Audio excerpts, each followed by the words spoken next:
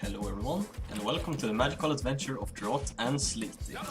I'm Sleety, and I am the royal king of a country called Getting Nothing Done.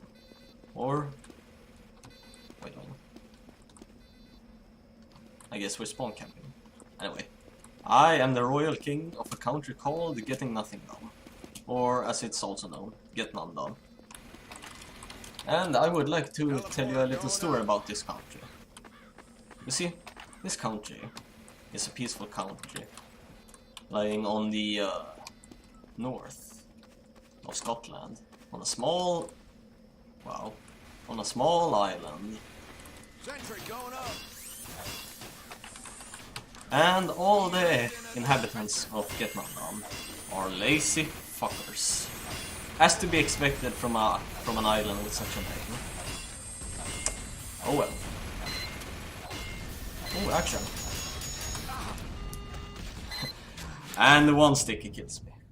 Lovely. I'll try to take this story in one go. At least I won't start it over again. Oh well. Everyone here is crazy fuckers. Not crazy fuckers, lazy fuckers. My god. So anyway. On this little island, there has not been a conflict in years. Except that one time, which I'm going to tell you about.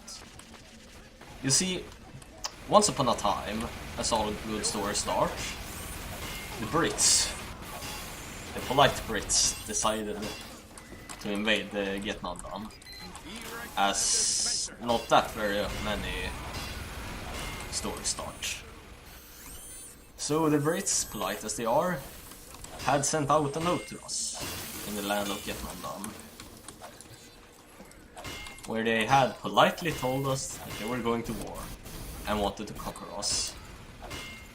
And the inhabitants of Get None Done, lazy fuckers as they are, including the main man, did not deliver this message to the royal court in time. Instead, that message only arrived about a week before the war was to take place on the lonely beaches of Get None Done. Let's move that here. So, when the message arrived at court, the king was surprised. I was surprised, of course, because I had not expected for war to happen at all in the peaceful, lazy country of Get None Done. How many people have changed to my name in chat now? Oh god. Anyway, when the message arrived, I was furious, scared, and a little bit lazy as per usual. I'm moving this. All that is to be expected in the lazy country of Get None Done. I said to the general who was standing by me in the court of the land of Get None Done, "You're a spy!" I said. And it was much rejoice. Thus I had the general shot and replaced by a new general. This turned into quite a story quite quickly. Oh well. In this country of Get None Done, we quickly got ourselves a new general. And I asked him, how come we didn't get this message before? Well, he said, in his lazy tone, we're a bit lazy here, so the message was delayed. The messenger was at the ball, you see. And there was much rejoice, but not from me. I was furious. Well, I said, we must prepare for war immediately, and build sentries and do stuff. Oh, he said, we do not have that kind of technology here. We're still working on the pole arms. Pole arms? This is the 20th century or something. We can't be working on pole arms. We can't win any war like that. Oh, but... oh, you're right, he said to me. But that is a bit late now, don't you think?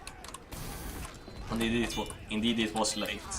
We would not get our war machines up in time. But at least we had pole arms. So, I said, If you're working on those pole arms, how goes it with them? Well, I've just been out in the woods and collected the sticks. What? We need pole arms immediately. You can't just say now that you've just recently collected sticks. That doesn't work simply. We can't go to war like this. Oh god.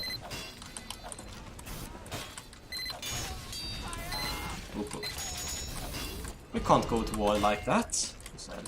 And indeed he was right. We could simply not go to war with pole arms. And especially not since we just had the sticks. So I said, can we get them done in time, you think? No, he said. That would be asking for too much. And indeed he was right. Because in the land of Getting Undone, we had not collected metal for years. Is it dead? Yeah. We had not been collecting metal for years. Well, shit.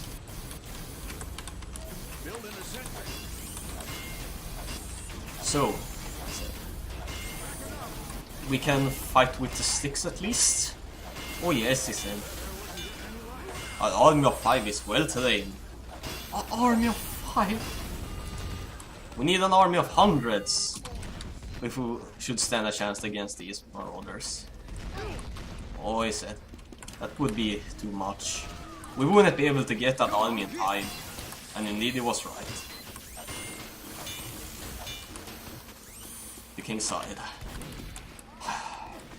Well, I guess we just have to go to battle with an army of 5. No, he said. What? I asked him. All 5 of us won't go to war, he said. Why not? Well, you see, Martin, Steven and me, we're going to take the day off. Take the day off? It's war out there. Yeah, but we're taking a day off. We're too lazy to go to war. And indeed he was right. Because that was the level of laziness in the land of Getting Undone. Ouch. You know, I think I'm moving this very much farther away. Oh well. Anyway, what is that? Very well. There's a lot of very well in this story, I think. Very well. The other 2 shall go to war. Indeed they shall, the general said. And the day of the war arrived. And the other 2 lazy soldiers were simply too lazy to go to war. And thus no one went. When the Brits had arrived at the lonely coast in the lazy country of Getting Undone, they were shocked to see that no one was at the battlefield.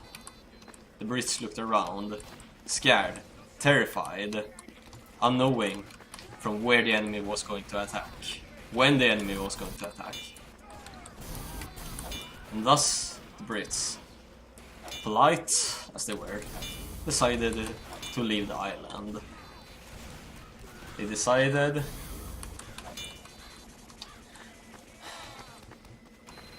to... Oh god, I forgot the word.